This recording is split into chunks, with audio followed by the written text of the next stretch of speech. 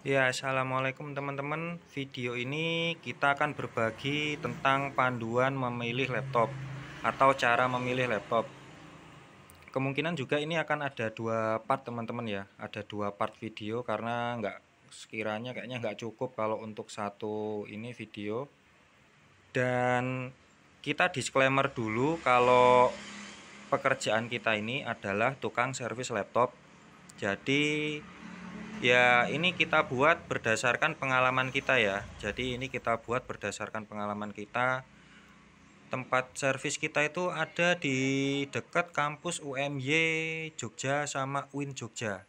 Jadi ya memang pangsa pasar kita banyak di mahasiswanya ya. Jadi kalau teman-teman tahu kan kalau di kampus itu banyak jurusan, otomatis kebutuhan laptopnya itu berbeda-beda. Jadi kita terbiasa ya menerima seri-seri laptop dari A, B, C, D, E, F gitu ya. Karena jurusan-jurusannya juga banyak banget, mereka butuh spek laptop yang berbeda-beda. Nah, ini langsung aja. Yang pertama itu kita cek kebutuhan atau tujuan kita ya, teman-teman. Tujuan atau kebutuhan kita pengen punya laptop itu untuk apa? Nah, ini kita coba ada beberapa bagian ini, 1, 2, 3, 4. Sebenarnya kalau masih tahun 2000-an awal itu cuma 3 kategori aja, tapi sekarang tahun 2021 itu kita lihat ya seperti ini. Misalnya yang pertama itu kita kategorikan untuk Office dan All Shop 1. Itu untuk kebutuhannya ya. Yang kedua grafis 1 dan All Shop 2, 3 multimedia dan grafis 2, 4 gaming. Nah, yang dimaksud Office dan All Shop 1 itu apa? Nah, ini aplikasi Office standar ya, pasti udah tahu Word, Excel, PowerPoint, internet juga mungkin kayak Mozilla, Chrome, Zoom, Google Meet. All Shop 1 itu ini, teman-teman. Editing foto standar. Editing foto standar itu ya mungkin teman-teman yang bergerak di bidang all shop yang masih pemula kan biasanya ya editing fotonya cukup ada foto terus tambahin apa yang tidak memerlukan aplikasi foto editor yang sangat detail, jadinya cukup pakai ini pun dia sudah mampu. Nah, bedanya kalau yang ini kategori selanjutnya ini grafis 1 dan all shop 2 itu biasanya untuk yang sudah sangat detail teman-teman, Corel dan Photoshop udah sangat detail sekali. Ini untuk grafis 1 dan all shop 2 kategorinya ya. Kategori selanjutnya itu tadi ya multimedia dan grafis 2 itu seperti audio video editing seperti YouTuber, terus juga grafis 2-nya ini yang kita maksud adalah seperti AutoCAD dan SketchUp. Ini sampel-sampel ya. Maksudnya yang ya mirip-mirip AutoCAD. Selain AutoCAD ada lagi nggak ya yang untuk yang model-model gini, yang untuk rancang bangun gini? AutoCAD, SketchUp ini kan juga perlu rendering juga, jadi kita masukkan di bagian grafis 2. Kalau untuk gaming udah pasti ini ya, gaming tuh online dan offline aja ya adanya ya. Nah, tadi kan tujuan atau kebutuhan, sekarang kita lihat daily use atau penggunaannya. Kita biasanya membagi dari dua ini ya, yang kira-kiranya jarang dipakai atau sering dipakai.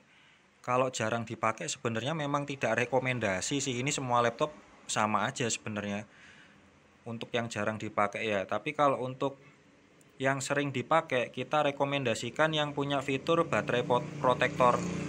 Baterai protektor itu semacam kalau misalnya di Asus itu seperti baterai health charging. Itu kalau di Asus ya dia mulai dari varian VivoBook dia udah ada gitu. Itu contohnya. Itu kalau yang sering dipakai, pemakaiannya sering gitu. Kalau yang jarang-jarang ini sepertinya nggak ada ketentuan sih, nggak ada saran kalau yang jarang-jarang, karena memang sebenarnya kalau bisa laptop itu jangan terlalu jarang dipakai, tapi kan pada faktanya nanti akan ada yang jarang-jarang gitu kan. Yang membedakan ini ya, kalau yang sering cari yang ada baterai protektornya. Nah, setelah tadi daily use ya, sekarang ini performance atau durable. Jadi teman-teman lebih mementingkan performance atau durability-nya.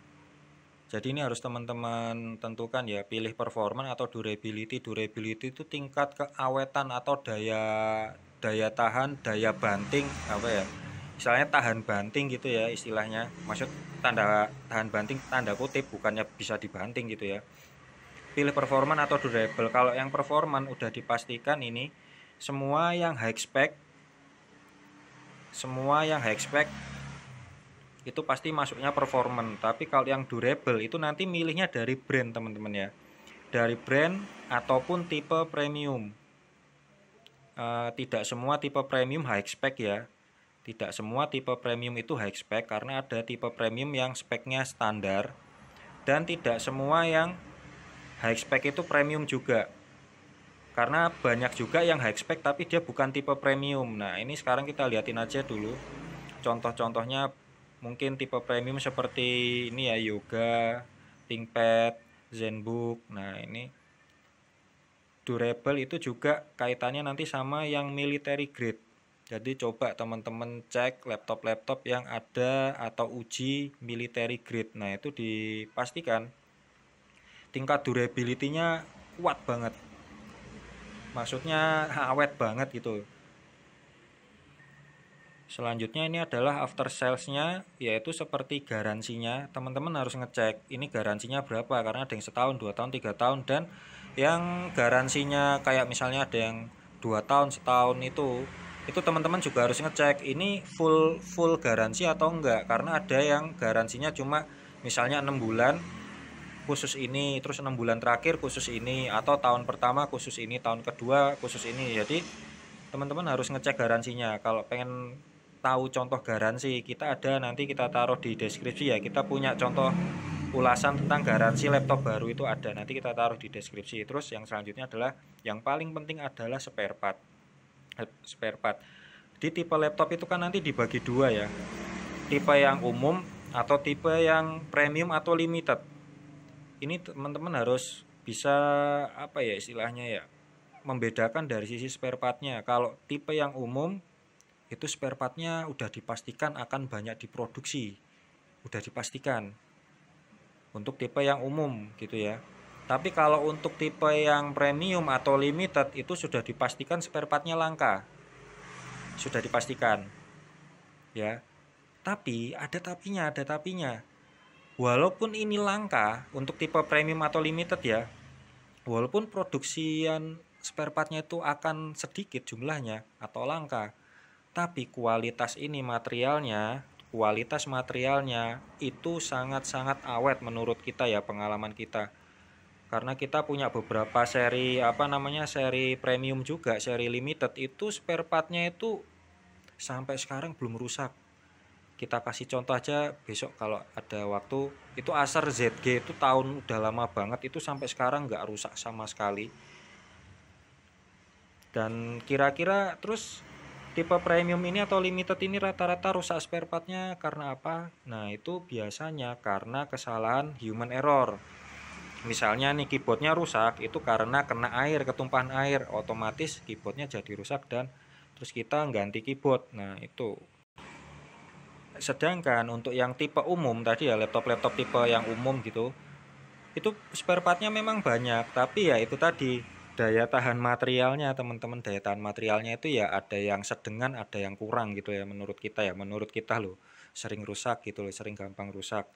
Kalau nggak pengen gampang rusak itu kita harus ngerawatnya agak ekstra ya, maksudnya agak perlu perawatan ekstra menurut kita. Kita juga udah punya playlistnya atau video-videonya cara ngerawat keyboard, cara ngerawat baterai gitu, kita punya, nanti kita taruh linknya di deskripsi.